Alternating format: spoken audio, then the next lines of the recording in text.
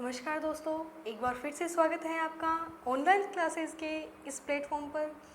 और American geographer पढ़ रहे थे अपन। इसी कड़ी में हम रिचर्ड हार्टसॉन को पढ़ेंगे। रिचर्ड हार्टसॉन महत्वपूर्ण अमेरिकन भूगोलवेत्ता हैं। इनकी इमेज शो हो रही है स्क्रीन पर। Richard Hartshorne, R Hartshorne. इनका फ़र्क क्या है वो देखते हैं अपन। रिचर्ड हार्टसॉन 1899 से 1992 समय है इनका, और ये प्रसिद्ध भूगोलवेत्ता हैं, प्रसिद्ध अमेरिकन भूगोलवेत्ता हैं। और अमेरिकन भूगोलवेत्ता, शिक्षाविद, शिकागो विश्वविद्यालय में ये भूगोल के प्रोफेसर रहे, और मिनेसोटा विश्वविद्यालय है वहाँ भी इन्होंने अध्यापन कार्य करवाया। इनकी बुक्स देखते हैं। Nature of geography, critical survey 1939 famous book है ये, और इस बुक की बहुत आलोचनाएं हुई। इसी में इन्होंने एरियल डिफ्रेंशिएशन जो कंसेप्ट है उसके बारे में बताया था इन्होंने, तो इसकी बहुत आलोचना हुई। इसके बाद फिर इन्होंने इसी की ये बुक है perspective on the nature of geography 1959, 20 साल बाद ये आई दूसरी बुक इनकी, perspective on the nature of geography. दोनों सेम है, बस ये पर्सपेक्टिव नाम का ही फ़र्क है। नेक्स्ट है द एकेडमिक सिटीजन्स, और फोर्थ इनकी बुक है political geography in the modern world 1960। Next है the functional approach in political geography. तो ये दो इम्पोर्टेंट बुक है इनकी, और तीसरी ये भी काफ़ी बार पूछी गई है, तो उस हिसाब से अपन इनको इम्पोर्टेंट मानकर चल रहे हैं। नेक्स्ट जो है ये जो वर्क हमने देखा था, तो आप इसमें थोड़ा सुधार कर लेना। डर्बेंट विटलसी है, उनमें भी ये 5 के बाद ये छठी बुक आके फिर ये वाला योगदान था, तो इस हिसाब से कंफ्यूज नहीं होना है। ये जो कल का डिस्क्रिप्शन वीडियो था उसमें आप देख लेना, इसका बहुत अच्छे से मैंने डिस्क्राइब किया हुआ है। तो ये सारा जो वर्क है वो हार्टसॉन का है, तो इसमें आप अपने नोट्स में करेक्शन कर सकते हो। तो एक बार फिर से मैं समराइज़ कर देती हूँ इनको, ताकि आपको कंफ्यूज ना रहे कोई भी। तो ये जो 5 बुक हमने देख ली, छठी जो बुक है नेक्स्ट वो है recent development in political geography, ये है 1935 में। तो ये भी इनकी इंपॉर्टेंट बुक है। पॉलिटिकल ज्योग्राफी में भी इनका वर्क है, योगदान है इनका कि इडियोग्राफिक अप्रोच है, जो विशिष्ट वर्णनीय विज्ञान है, यूनिकनेस है ज्योग्राफी की, उसको फेमस करने का योगदान है इनका। नेक्स्ट भूगोल को इन्होंने, ये इनकी इंपॉर्टेंट डेफिनेशन है, काफ़ी एग्ज़ाम जो यूनिवर्सिटी एग्ज़ाम होते हैं उनमें पूछी जाती है कि भूगोल वह अनुशासन है जो पृथ्वी तल पर एक स्थान से दूसरे स्थान तक परिवर्तनशील स्वरूपों का वर्णन और उनकी व्याख्या मानव संसार के रूप में करता है। तो भूगोल जो है उसको मानव संसार के रूप में उसकी व्याख्या करना बताया भूगोल को इन्होंने, और स्थान के रूप में स्थान से संबंधित बताया। नेक्स्ट है 1955 में इन्होंने संसार के प्राकृतिक प्रदेशों का सीमांकन किया, तो ये भी इम्पोर्टेंट वर्क है। और भौगोलिक और प्राकृतिक प्रदेशों की संकल्पनाएं प्रस्तुत की, और इनकी जो अप्रोच थी वो है कार्यात्मक उपागम या फंक्शनल अप्रोच। तो ये डायरेक्ट पूछी जा सकती है, फंक्शनल अप्रोच हार्टसॉन की है। नेक्स्ट इन्होंने राजनीतिक भूगोल में सीमाओं का जननिक वर्गीकरण किया। सीमाओं का जननिक वर्गीकरण सीमाओं की उत्पत्ति किस हिसाब से हुई, इस प्रकार से जब हम पॉलिटिकल ज्योग्राफी पढ़ेंगे तो उसमें फिर इसमें देखेंगे सीमाओं का जननीकरण, जो पूर्ववर्ती परवर्ती वो जो सीमाएं होती हैं उस हिसाब से इन्होंने वर्गीकरण किया। और नेक्स्ट है इन्होंने राज्यों के मध्य विभिन्न क्षेत्रीय इकाइयों का अध्ययन किस प्रकार किया जाए उसके लिए भी इन्होंने अप्रोच बताई। ये मैंने कल वाले जो लेक्चर है उसमें बहुत डिटेल से डिस्कस किया हुआ है, बस ये स्लाइड है ये मिस हो गई थी थोड़ी, तो आप इसको देख लेना, फिर से देख लेना, नोट्स को अपने को करेक्ट कर लेना। 1935 में इन्होंने मॉर्फी की जो विधि होती है कि राज्यों का अध्ययन है उनके आकार के हिसाब से किया जाए, जैसे कि कोई बड़ा राज्य है, आकार के आधार पर राज्यों का विभाजन करके और उनको अध्ययन करना, उनकी स्टडी की जाए, इस प्रकार की विधि इन्होंने विकसित की। तो ये अपने जो फील्ड में पायोनियर हैं ये, तो इनका वर्क है ये।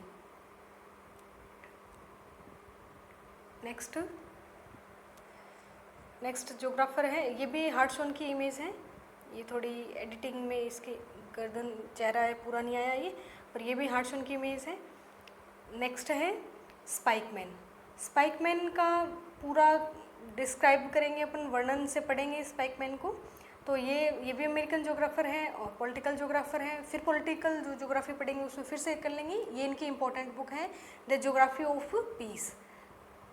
तो इसी में ये 1944 में आई थी ये वाली बुक, और इसी में इन्होंने जो रिमलैंड थ्योरी है, रिमलैंड थ्योरी उसका प्रतिपादन किया था इन्होंने। परिसीमा स्थल सिद्धांत जो है उसका इन्होंने प्रतिपादन किया था रिमलैंड थ्योरी का। तो इमेज और बुक्स इसीलिए दिखाई जा रही है ताकि एक अच्छी इमेज बने, मूर्त रूप में आप चीज़ों को देखते हैं तो आपको ज़्यादा याद रहती है। इस प्रकार से नेक्स्ट देखते हैं रिमलैंड थ्योरी। रिमलैंड थ्योरी में क्या कहा इन्होंने कि रिमलैंड जो, पहले इनका इंट्रोडक्शन ले लेते हैं अपन, फिर इस थ्योरी के बारे में बात करेंगे। स्मॉल एक brief introduction. Nicholas John Spykman या एनजे स्पाइकमैन इनका नाम है पूरा, और 1893 से 1943 इनका समय है। ये जियो पॉलिटिशियन हैं और जियो स्ट्रेटेजियन भी कह सकते हैं, भू राजनीतिज्ञ और रणनीतिज्ञ दोनों शब्द हैं। इन दोनों को ही मैकिंडर ने प्रचलित किया था, दोनों शब्दों को। देने वाला जो था वो के जेलन था। तो देखते हैं इनकी बुक्स, देखते हैं। ज्योग्राफी ऑफ द पीस 1944 में आई थी, और इसी में इन्होंने रिमलैंड जो थ्योरी है उसका प्रतिपादन किया था। ये बुक का नाम याद रखना है, और जो सिद्धांत है वो भी किस बुक में आया ये ध्यान रखना है। नेक्स्ट है American strategy in world politics, ये भी इनकी इंपॉर्टेंट बुक है, 1942 में आई थी। विश्व राजनीति है, उसमें अमेरिका की क्या रणनीति है उस हिसाब से, क्योंकि आज जो विश्व देख रहे हैं हम, उसमें जो भी स्ट्रेटेजी है वो विश्वव्यापी स्ट्रेटेजी होती है। जैसे कोई रणनीति बनती है तो विश्व पर, पूरे वर्ल्ड पर उसका क्या प्रभाव रहेगा, इस हिसाब से कोई भी रणनीति है वो बनाई जाती है। जैसे अभी एक एग्जाम्पल लेना चाहें तो वर्तमान में जो चल रहा है इसको जोड़ना चाहिए, तो जैसे टिकटॉक एक बहुत फेमस ऐप है टिकटॉक, तो उसको क्या किया कि इंडिया ने बैन कर दिया, जबकि सिर्फ अमेरिका ने धमकी दी कि आप जो डाटा, जो प्राइवेसी है उससे रिलेटेड जो रूल है टिकटॉक नहीं मान रहा है, तो आप इसको, हम इसको बाहर कर देंगे, टिकटॉक ऐप को बाहर कर देंगे, ऐसा अमेरिका ने सिर्फ थ्रेटन किया। और चाइना ने क्या किया, अपनी पॉलिसी को बदलना और सारा जो डाटा है वो यूएस जो कंपनी है माइक्रोसॉफ्ट उसको ट्रांसफ़र करना, या फिर जो टिकटॉक कंपनी है उसका पूरा अधिग्रहण है वो कर ले, इस प्रकार से। तो एक स्ट्रेटेजी होती है पूरी वर्ल्ड में, जो पावरफुल होता है वर्ल्ड में वो क्या करता है, डोमिनेंस रखता है, अपना प्रभाव रखता है, तो वो डराकर धमकाकर एक धमकी मात्र से ही पूरे जो स्ट्रेटेजी है, पूरा जो सिनेरियो है उसको चेंज कर सकता है। तो आप इस एग्जांपल से अच्छे से समझ पाए होंगे। तो अमेरिका की जो रणनीति है बहुत मशहूर रही है और एक स्ट्रॉन्ग रणनीति रही है हमेशा से ही। इसको एग्जांपल से समझ लिया हमने। नेक्स्ट देखते हैं, थर्ड इनकी जो बुक है वो है the social theory of George Samuel. ये भी 1925 में आई थी इनकी book, social theory of George Samuel. तो ये भी किसी आदमी के नाम से उसका वर्क है, उसके हिसाब से ये बुक है। नेक्स्ट योगदान है इनका, राजनीतिक भूगोल में विश्व सामरिक विचारधारा प्रस्तुत किया इन्होंने, और 1944 में रिमलैंड सिद्धांत जो है वो शब्द दिया, रिमलैंड थ्योरी दी। तो रिमलैंड थ्योरी को समझते हैं। ये मैप अपन पहले भी देख चुके हैं, तो इससे हम क्या देख सकते हैं इस मैप से कि जो मैकिंडर ने जो बताया था, हार्टलैंड जो थ्योरी दी थी अपना, और जो ध्रुवाग्र शब्द दिया था, और अपना जो पूरा क्षेत्र बताया था, उसके जो सीमावर्ती जो क्षेत्र है, ये मैकिंडर का क्षेत्र है, इतना लैंड पावर है ये, और इसके जो चारों ओर ये हार्टलैंड वाला कंसेप्ट जो है मैकिंडर का वो है। और ये जो बिल्कुल ब्लू कलर में जो है वो है रिमलैंड थ्योरी। अब रिमलैंड थ्योरी में आप देख पा रहे होंगे, रिमलैंड थ्योरी में कौन कौन सा एरिया आ गया, ये ब्रिटिश द्वीप समूह आ गए, ये यूरोप का भाग आ गया, जो फ्रांस स्पेन वाला जो भाग है, और ये अरब प्रायद्वीप आ गया कंप्लीट, इंडिया भी आ गया, और ये जो दक्षिण पूर्वी एशिया है वो भी आ गया, साउथ ईस्ट एशिया आ गया पूरा। तो इसको मिलाकर इन्होंने क्या बताया कि अगर इस क्षेत्र पर भी अधिकार कर लिया जाए तो ये अविजित हो जाता है कि जो हार्टलैंड जो कंसेप्ट है मैकिंडर का, उसका जो सीमावर्ती क्षेत्र है उसको इन्होंने रिमलैंड बताया, और जो रिमलैंड या परिवर्ती क्षेत्र जिसको बोला, अगर उस पर अधिकार करेगा तो वो पूरे यूरेशिया पर अधिकार रखेगा। तो ऐसा इनका मानना था। बहुत सारी विचारधाराएं आई, इनको फिर डिटेल में स्टडी कर लेंगे। तो आपको यहाँ सिर्फ इतना ही याद रखना है कि जो हार्टलैंड का जो कंसेप्ट था, उसके जो बाहर का जो सीमावर्ती क्षेत्र है उसको रिमलैंड कहा गया। तो इसको ध्यान रखना है आपको। फिर ये जो महान आएगा, थेयर महान, उसका कंसेप्ट है सी पावर को लेकर। तो इस प्रकार से बहुत सारे कंसेप्ट आएंगे, उनको फिर डिटेल से स्टडी कर लेंगे। रिमलैंड का यहाँ देखिए डिटेल कि रिमलैंड क्षेत्र विश्व के संघर्ष का कारण है, और मैकिंडर के हृदय स्थल का सीमावर्ती क्षेत्र है, यहाँ आ गया ये। और रिमलैंड में अगर एरिया देखें तो कौन कौन सा एरिया है, उत्तर पश्चिमी यूरोप, ब्रिटिश द्वीप समूह है, और अरब रेगिस्तान या अरब प्रायद्वीप, और मानसून एशिया, दक्षिण पूर्वी एशिया जो भाग है वो इसमें शामिल है। और इनका क्या स्टेटमेंट था, इनका स्टेटमेंट था कि जो यूरेशिया पर अधिकार रखेगा, जिस प्रकार से मैकिंडर का जो स्टेटमेंट था उसी प्रकार से इनका भी स्टेटमेंट है कि ये स्टेटमेंट देखिए आप, इसके अनुसार यूरेशिया पर अधिकार के पश्चात विश्व पर अधिकार के विचार को प्रस्तुत किया कि जो यूरेशिया पर अधिकार कर लेगा वही विश्व द्वीप जो है उस पर अधिकार रख सकेगा। नेक्स्ट है, इसके लिए उन्होंने हार्टलैंड के चारों ओर स्थित देशों के लिए रिमलैंड की संज्ञा दी और इन्हीं को सामरिक दृष्टि से महत्वपूर्ण माना कि अगर हार्टलैंड में ये वाला क्षेत्र भी अगर शामिल हो तो वो बिल्कुल अविजय हो जाएगा। तो इसके अनुसार जो उपांत क्षेत्र पर शासन करेगा वही यूरेशिया का शासक होगा और जो देश यूरेशिया पर अधिकार रखेगा वही विश्व के भाग्य का निर्माता होगा। तो बिल्कुल हार्टलैंड का जो मैगेंडर का जो हार्टलैंड कंसेप्ट है उसी के हिसाब से इसकी भी टर्मिनोलॉजी सेट हो रही है। तो देखते हैं अपन, रिमलैंड कंसेप्ट समझ में आ गया, बिल्कुल जो हार्टलैंड है उसके सीमावर्ती क्षेत्र है। नेक्स्ट साइंटिस्ट या विचारक जो है वो देखते हैं अपन, एडवर्ड विलियम सोजा। एडवर्ड विलियम सोजा अर्बनिस्ट हैं, सिद्धांतकार है, पोस्ट मॉडर्न पॉलिटिकल ज्योग्राफर है, थ्योरिस्ट है, नगर नियोजक है। नगर नियोजक और पोस्ट मॉडर्न ज्योग्राफर है, पॉलिटिकल ज्योग्राफर है। और इनका योगदान किस में है? योगदान है इनका स्पाशियल थ्योरी स्थानिक सिद्धांत में और कल्चरल ज्योग्राफी। स्पाशियल थ्योरी क्या होती है? स्पाशियल थ्योरी स्थानिक सिद्धांत का मतलब है कि जैसे हमें ये जो मात्रात्मक क्रांति आई उसके बाद के कंसेप्ट है सभी के सभी। स्थानिक सिद्धांत में क्या होता है? स्पेशल एनालिसिस होता है या स्पेटियल एनालिसिस बोल सकते हैं। इसमें कुछ बिंदु होते हैं, बिंदुओं का मतलब होता है स्थान, स्थानों को बिंदुओं से डिनोट किया जाता है। और जैसे ये कुछ स्थान हैं, 2 स्थान ले लिए, इनको जोड़ने वाली ये रेखा है, ये हो गया मार्ग। तो बिंदुओं से स्थानों को डिनोट किया जाता है और रेखाओं से मार्गों को डिनोट किया जाता है।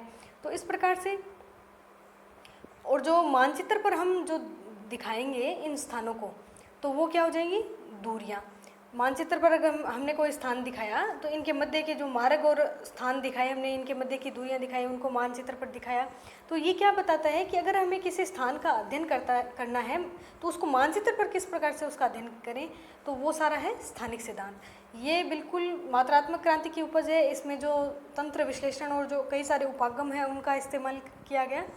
तो स्पेशल जो थ्योरी है उसका मतलब यही होता है कि अगर हमें किसी स्थान का अध्ययन करना है तो उसको मानचित्र पर बिंदुओं के द्वारा डिनोट करके और सरल रेखाओं द्वारा उनको जोड़कर उनके मध्य जो मार्ग है उनका अध्ययन किया जा सकता है। बेसिकली ये जो कंसेप्ट है ये ट्रांसपोर्ट अपने को डेवलप करना है, इंडस्ट्री डेवलप करनी है, टूरिज्म डेवलप करना है, तो उसके लिए ये सब काम में लिया जाता है। बेसिकली क्या है कि कोई भी स्थान है उससे रिलेटेड हमें कोई डाटा जुटाना होता है तो वो हम इससे जुटा सकते हैं। नेक्स्ट टर्मिनोलॉजी है इनकी कल्चरल ज्योग्राफी। कल्चरल ज्योग्राफी का मतलब क्या होता है? सांस्कृतिक या सामाजिक भूगोल। संस्कृति में क्या आ जाती है?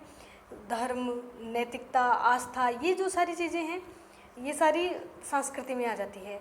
संस्कृति का मतलब होता है किसी पर्टिकुलर कोई जगह है, कोई रीजन है, उसमें रहने वाले लोगों का आचार व्यवहार कैसा है, वो किस प्रकार के कपड़े पहन सकते हैं, उनका अधिवास कैसा है। तो मानव से जुड़ी जो भी चीज़ें हैं सांस्कृतिक भूगोल में धर्म, नैतिक, आस्था, इनका अध्ययन किया जाता है। भावनात्मक जो भी चीज़ें हैं उनका अध्ययन किया जाता है। नेक्स्ट इनकी इम्पोर्टेंट टर्मिनोलॉजी है, ये काफ़ी आपको ध्यान रखना है। अर्बनिस्ट थे ये और नगर नियोजन में भी इनका योगदान है। एडवर्ड विलियम सोजा, इनकी इमेज देखें अपन, पहले इनकी बुक देख लेते हैं।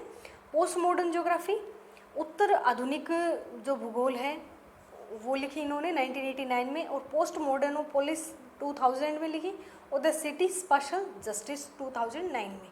ये इनकी बुक है, इम्पोर्टेंट बुक है। पोस्ट मेट्रोपोलिस ये बुक है इनकी, ये आई थी 2000 में। पोस्ट मेट्रोपोलिस जो है 2000 में आई।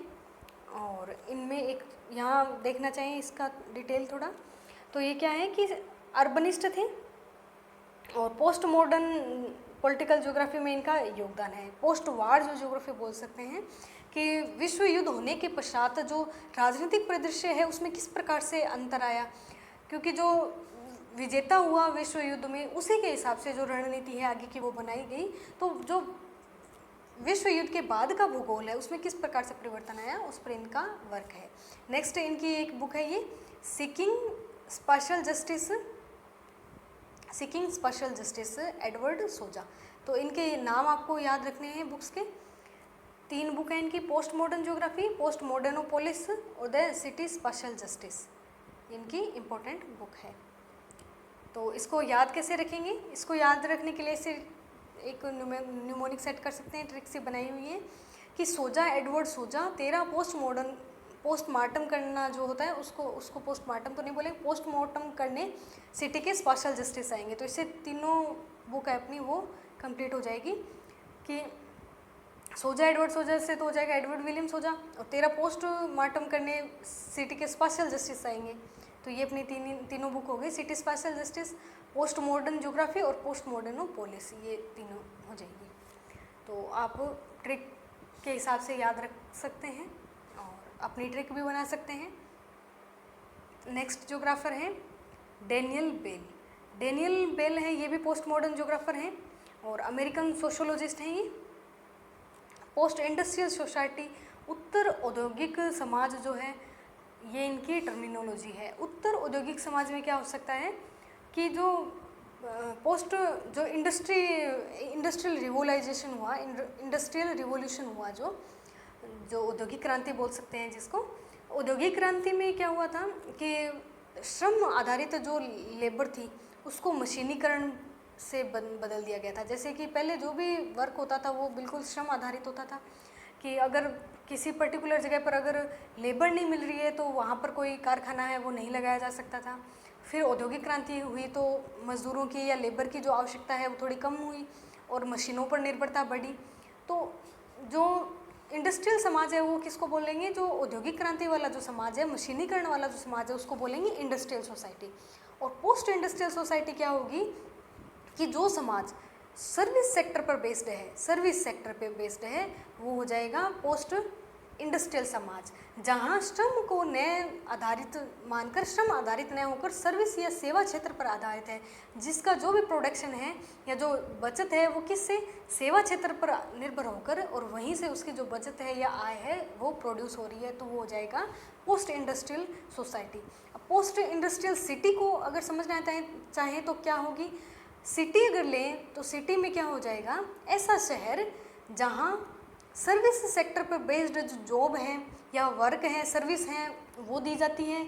और इसमें एग्जांपल लेना चाहें तो जहाँ फुटलूज इंडस्ट्री से प्रोडक्शन, काफ़ी जो प्रोडक्शन होता है वो फुटलूज इंडस्ट्री से होता है और सर्विस सेक्टर से आता है।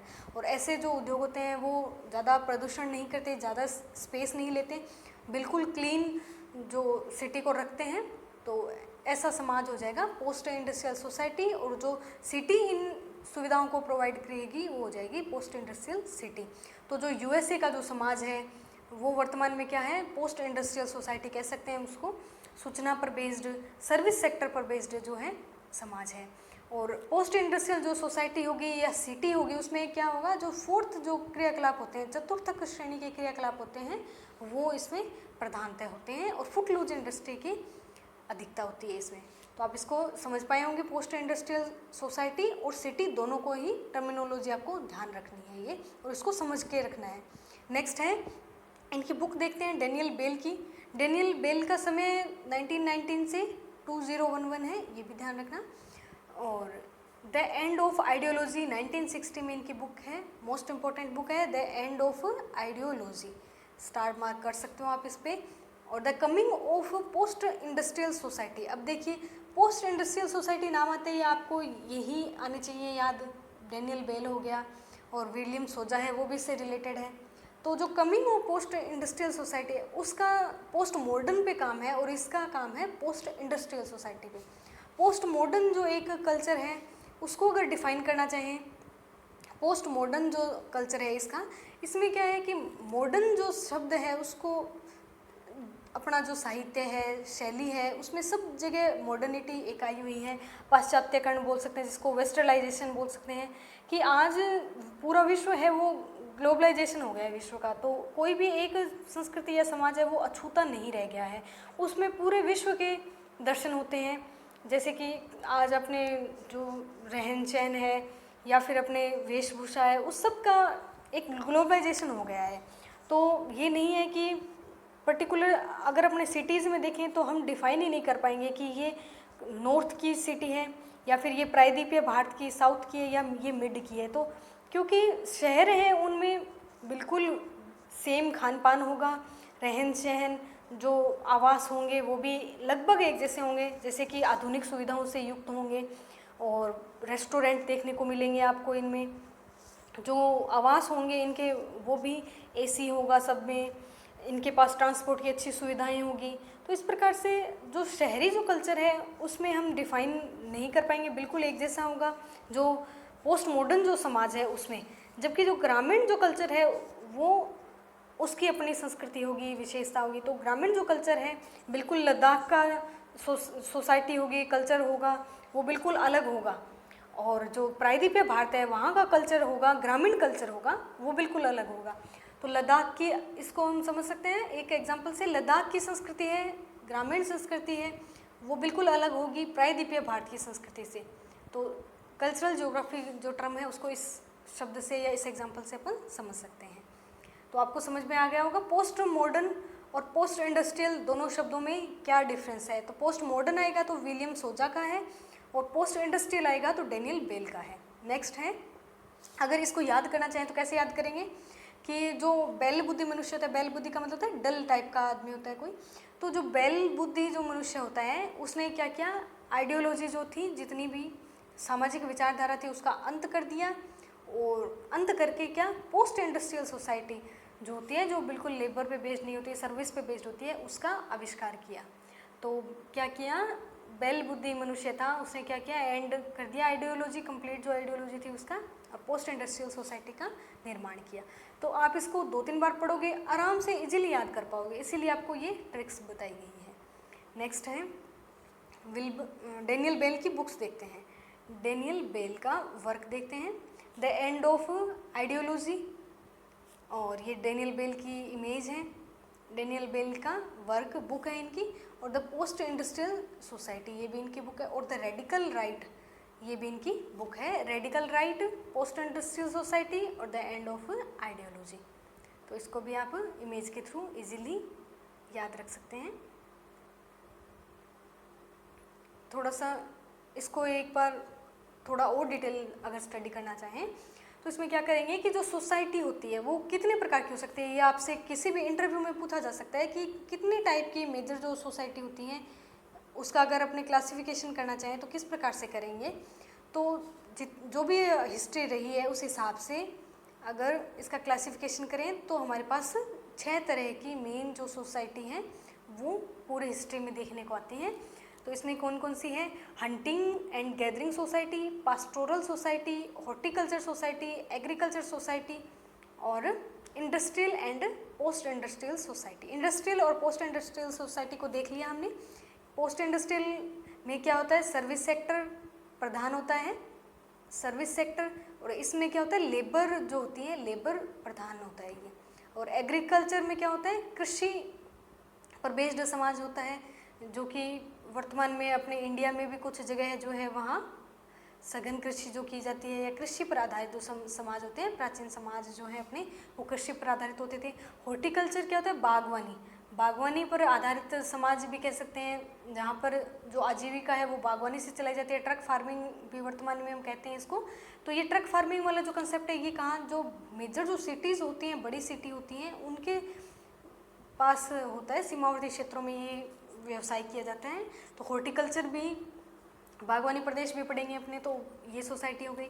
पास्टोरल सोसाइटी को अगर समझना चाहें तो पास्टोरल सोसाइटी कौन सी होती है, जो नोमोडिक समुदाय होता है, जो नोमोडिक समुदाय में क्या आ जाएगा, जो चरवाहा समाज कह सकते हैं जिसको, या फिर जिनका जीवन है वो केवल और केवल पशुपालन पर बेस्ड है, पशुपालन पर आधारित जिनका समाज है, और जो स्थायी घर नहीं बनाते हैं और घुमक्कड़ जीवन व्यतीत करते हैं। और इनमें क्या होता है, इनमें जैसे मैदानों से पहाड़ पर, और एक प्रकार का प्रवसन या माइग्रेशन देखने को मिलता है, मैदानों से पहाड़ पर ऋतु के अनुसार इनमें प्रवसन होता है। तो ये आप समझ सकते हो इसको। जो पोस्टोरल सोसाइटी है वो क्या होती है, नोमोडिक जो कल्चर है उसी को बोलते हैं। घुमक्कड़ और चरवाहे जो समाज हैं उसको बोला जाता है। अपने जैसे इसका एग्जाम्पल लेना चाहें तो गद्दी और बकरवाल जो समुदाय है हिमाचल प्रदेश और जम्मू कश्मीर में, तो इसको आप समझ पाए होंगे अच्छे से। इंटरव्यू में ये क्वेश्चन ऐसे पूछे जा सकते हैं। तो कोई भी कंसेप्ट होता है उसको डिटेल में स्टडी करने का यही फ़ायदा होता है। इसमें डेनियल बेल का वर्क देखें तो एंड ऑफ 3 जो इसके मेन इंपॉर्टेंट है वर्क हैं, best known for 3 work, the end of ideology, the coming of post industrial society and the cultural contradiction of capitalism. जो पूंजीवाद है उसका संस्कृति पर क्या प्रभाव, उस प्रकार से इनका वर्क है। द रेडिकल राइट, ये भी इनकी बुक है। तो डेनियल बेल का 3 बुक थी अपने, उनको भी हमने देख लिया, इनका वर्क देख लिया। नेक्स्ट है विल्बर जेलेंस्की। विल्बर जेलेंस्की इनका गतिशीलता का मॉडल है, इनका जनसंख्या सिद्धांत में इनका योगदान है विल्बर जेलेंस्की। और फिर इनको एक बार फिर से पढ़ लेंगे जब अपने वो पढ़ेंगे जनसंख्या सिद्धांत पढ़ेंगे तब। तो ये सांस्कृतिक भूगोलवेता है। और प्रवास भूगोल में मानव प्रवास पर इन्होंने महत्वपूर्ण कार्य किया है। जेलेंस्की का जनांकीय संक्रमण मोबिलिटी ट्रांजिशनल मॉडल जो है वो है इनका गतिशीलता संक्रमण सिद्धांत, मोबिलिटी ट्रांजिशन मॉडल दिया इन्होंने, जिसमें बताया कि जनसंख्या प्रवास या जनसंख्या संक्रमण की अवस्थाओं के अनुसार होता है। इसमें जो समाज होता है वो किस प्रकार से प्रवास करता है उसकी अवस्थाएं बताई थी। किस प्रकार का समाज होता है वो प्रवास करता है। बिल्कुल जो विकसित समाज होगा वो तो बिल्कुल प्रवास नहीं करेगा, या फिर वो जो प्रवास करेगा तो वो बहुत लंबी दूरी का प्रवास करेगा। जैसे कि अपने यहाँ के कोई बड़े इंडस्ट्रियल जो मैन हैं, इंडस्ट्रियलिस्ट हैं, वो अगर प्रवास करेंगे तो वो कहाँ जाएंगे, दूसरे देशों में जाएंगे, यूएसए जाएंगे, अच्छे अच्छे जो बड़े जो कंट्री हैं जहाँ इनको इन्वेस्टमेंट की अपॉर्चुनिटी ज़्यादा है वहाँ जाएंगे। और अगर कोई व्यक्ति है बिल्कुल एक निम्न समाज का व्यक्ति है और बिल्कुल विकसित नहीं है जो समाज, तो वो अगर प्रवास करेगा तो वो बिल्कुल जैसे झूम कृषि होती है तो वो लोग क्या करते हैं, एक पहाड़ी से दूसरी पहाड़ी पर, यहाँ अगर उपजाऊपन नष्ट हो गया तो वो यहाँ चले जाएंगे। तो इस प्रकार से इन्होंने बताया कि किस प्रकार से समाज में जो जनसंख्या का संक्रमण होता है या जनसंख्या का प्रवास होता है तो वो किस प्रकार से होता है, तो उसकी इन्होंने अवस्थाएं बताई विल्बर जेलेंस्की ने। इनका समय है 1921 से 2013। तो इनकी कंसेप्ट है या इनका वर्क किस में है वो ध्यान रखना है। बहुत सारे महत्वपूर्ण ज्योग्राफर आएंगे पर हमें सिर्फ इतना याद रखना है कि उनका फील्ड क्या है और वो किस देश से बिलोंग करते हैं। तो आज के लेक्चर में इतना ही। नेक्स्ट लेक्चर लेंगे जिसमें अपन फिर देखेंगे जो इम्पोर्टेंट ज्योग्राफर्स हैं उनको देखेंगे, अन्य जो ज्योग्राफर हैं जो हमने नहीं पढ़े अभी तक, ब्रिटिश, अमेरिकन, जर्मनी इनमें नहीं पढ़े, उनके बारे में भी पढ़ेंगे, इम्पोर्टेंट वर्क को पढ़ेंगे। तो अच्छे से अपने नोट्स बनाइए प्रॉपर, एग्ज़ाम कभी भी आ सकता है। तो एग्ज़ाम की डेट अगर आ जाए तब अपन तैयारी करने लगेंगे तो वो तो बिल्कुल मूर्खता होगी अपनी। तो आपको अभी से तैयारी स्टार्ट करनी चाहिए। बिल्कुल अपने नोट्स को रखिए, आप बार बार उनको रिवाइज कीजिए और फिर अपन एक क्वेश्चन का भी लाएंगे लेक्चर। तो आप अच्छे से तैयारी करिए, पढ़ते रहिए, अच्छे से, बहुत अच्छे से पढ़ाई करिए, पढ़ते रहिए, बढ़ते रहिए। आपका दिन शुभ हो।